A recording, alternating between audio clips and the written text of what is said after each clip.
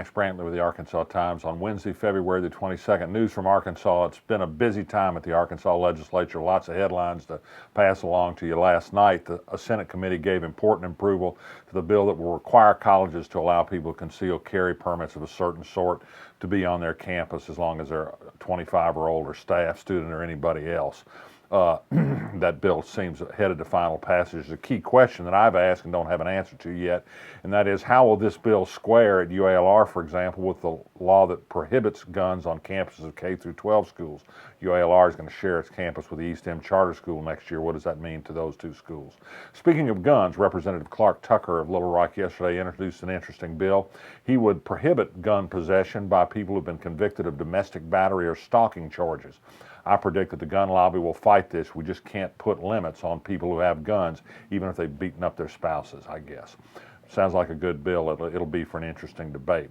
Criminal justice reform, a very important bill, got a key vote in committee last night. This is the bill that's going to move people with mental problems into regional centers rather than to county jails. This will save people a lot of money. It might even help some people, might prevent some people from going into lives of crime and into more productive programs and probation and parole. A voter ID amendment was approved in a House committee this morning. This makes it appear that that amendment will be the House's choice to refer to the ballot in 2018 as a constitutional amendment. This is part of the Republican agenda to suppress voting. It particularly will affect poor and minority people who don't have the proper voter ID. But it's worked wonders at suppressing vote around the country, so it's a priority for Republicans here. An internet sales tax seems to be a likelihood too. A Senate committee has given approval to a House-approved bill that requires internet merchants to collect information and tell their customers about the amount of taxes they owe in Arkansas. Doesn't require them to collect it, but the bill is so expensive and so troublesome that Amazon has already volunteered to begin collecting the tax on its customers. This should be a big payday for the state and local governments when it's done.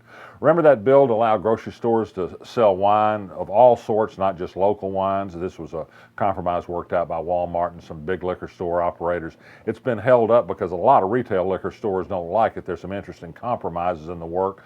One piece of legislation proposed by Jeremy Hutchinson would allow retail liquor stores for the first time to pool purchase to take advantage of quantity discounts, would allow them to ship goods to customers in Arkansas, but also would allow them to sell food. If grocery stores can sell wine, why can't liquor stores sell food? The idea would be for them to just sell food suitable with alcohol, you know, peanuts and that sort of thing. My own experience is that just about anything goes good with a drink. Here's good news for Little Rock people. The Broadway Bridge is going to open next week. The precise day isn't known yet. This is going to be a month early. The weather's been good.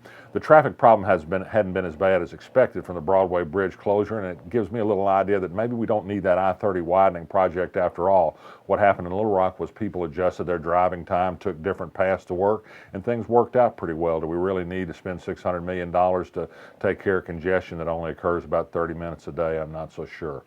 The Little Rock School District apparently will hold a special election May 9th if Johnny Key, the Education Commissioner, approves on continuing a property tax millage for construction bonds. This would essentially authorize $500 million in additional property taxes over a 14-year period for construction and other purposes.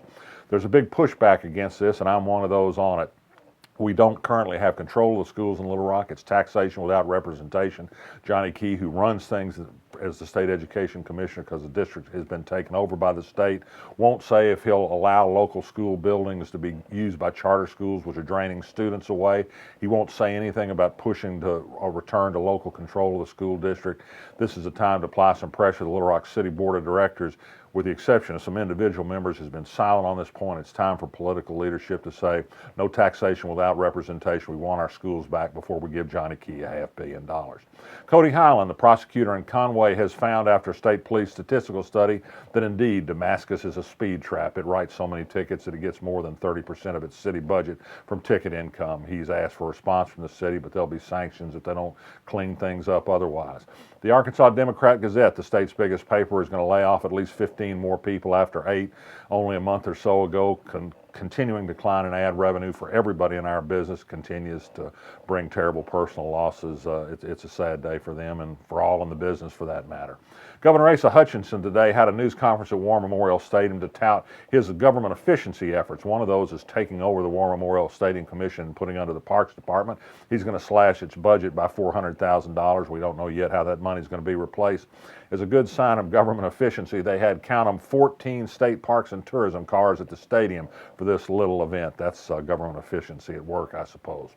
The Trump administration, let's have some Donald Trump news. Word coming out of the White House is that they will pull back from the guidance for the Obama administration that provided protection for transgender students on public school restroom and other facility use. That's too bad, and it's certainly to be followed by terrible discrimination against these students unless he stands up strongly against bullying. There was word that Betsy DeVos, the new education secretary, who has a lot of things against her, wanted some assurances on that front, so good for her on that point.